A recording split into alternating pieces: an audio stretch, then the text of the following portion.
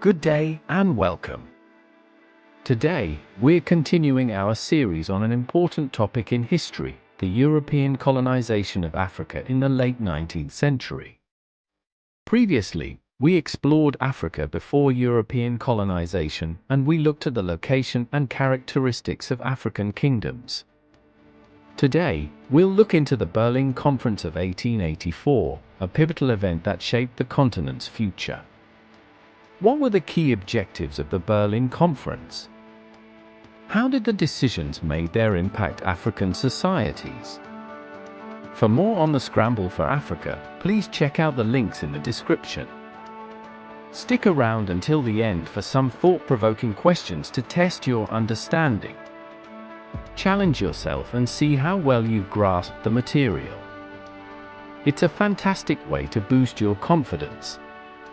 Please don't forget to like and subscribe so that you don't miss our weekly uploads. Let's get started. Before we discuss how Africa was divided by colonial powers, it is important to remember that Europeans lived in Africa before colonization began. They came as settlers, explorers, or missionaries who introduced Christianity to Africa. Some Europeans reported back to their home countries about Africa's enormous wealth, describing resources such as gold, ivory, forests, and vast open lands for farming. These reports sparked interest among European countries, leading to competition and conflict over African territories. At the time of the Berlin Conference, only some coastal areas of Africa were colonized by European powers. However, these powers had begun more aggressively to gain control over the interior of the continent. This was driven by the Industrial Revolution, which created a need for cheap labor, raw materials, and new markets. This desire for new territories led to violent conflict among European powers. Portugal asked German Chancellor Otto von Bismarck to call a conference in Berlin, where major European powers could negotiate the occupation of Africa. The Berlin Conference of 1884 to 1885 had several key objectives. Primarily, it aimed to regulate European colonization and trade in Africa during the new imperialism period to avoid conflicts among European powers. The conference sought to establish clear rules for the acquisition of African territories, ensuring that any European country claiming a part of Africa had to notify other nations and establish effective control over the area. Additionally, the conference aimed to promote free trade in specific regions like the Congo Basin and along major rivers such as the Niger and Congo. The overall goal was to create a structured and organized approach to the partitioning of Africa, often referred to as the Scramble for Africa, to prevent disputes and rivalries among European nations. Representatives from the following countries attended the Berlin Conference of 1884 to 1885. Austria-Hungary, Belgium, Denmark, France, Germany, which was the host country, Italy, the Netherlands, Portugal, Russia, Spain, Sweden, Norway were jointly represented because they were unified at the time. The Ottoman Empire, the present-day Turkey, it however, did not play a significant role. The United Kingdom and the United States sent a representative, but did not play a prominent role in discussions. The conference began on the 15th of November, 1884, and resulted in the division of Africa among European countries. The conference also established rules for acquiring territories, including the requirement that European powers must notify others of their claims and establish effective occupation of the territory. The conference began on the 15th of November, 1884, and resulted in the division of Africa among European countries. The conference also established rules for acquiring territories, including the requirement that European powers must notify others of their claims and establish effective occupation of the territory. Germany, Italy, Portugal, France, Britain, and Spain signed an agreement on the 26th of February, 1885 called the Berlin Act, which included the following terms. 1. Any European country taking over an African territory should inform the others, otherwise, the takeover, or annexation, would not be recognized by the others. 2. European countries controlling parts of the African coast would be responsible for the surrounding areas. 3. Europeans could divide Africa without consulting the African people living there. 4. If a European country took over an area, other European countries should be allowed to conduct business there. 5. All European countries would have free trade in the Congo, Lake Nyassa, Niger, and Congo rivers. In 1884, when the Berlin Conference began, 80% of Africa was ruled traditionally by the local population according to their beliefs. The Berlin Conference saw European colonial powers change the borders, in the interior of the continent, ignoring the existing cultural and language boundaries. By the time colonization was complete in 1914, colonial powers had fully divided Africa into approximately 50 countries. These boundaries divided people who had previously belonged to specific groups and forced them to merge with other groups they sometimes did not like. This has had a serious effect on Africa's development. The Berlin Conference had a significant impact on the colonization of Africa. It formalized the partition of Africa, leading to the colonization and control of the continent by European powers. The borders established during the conference have had a lasting impact on Africa, with many of them still in place today, and have been a source of conflict and tension in the region.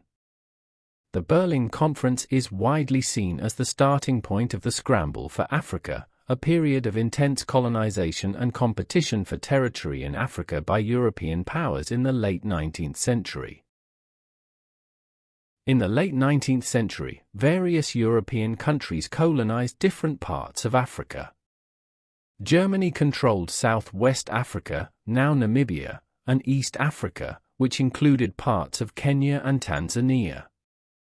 Britain had a significant presence, colonizing Egypt, Sierra Leone, South Africa, Botswana, Ghana, Rhodesia, now Zimbabwe and Zambia, Nigeria, and Sudan.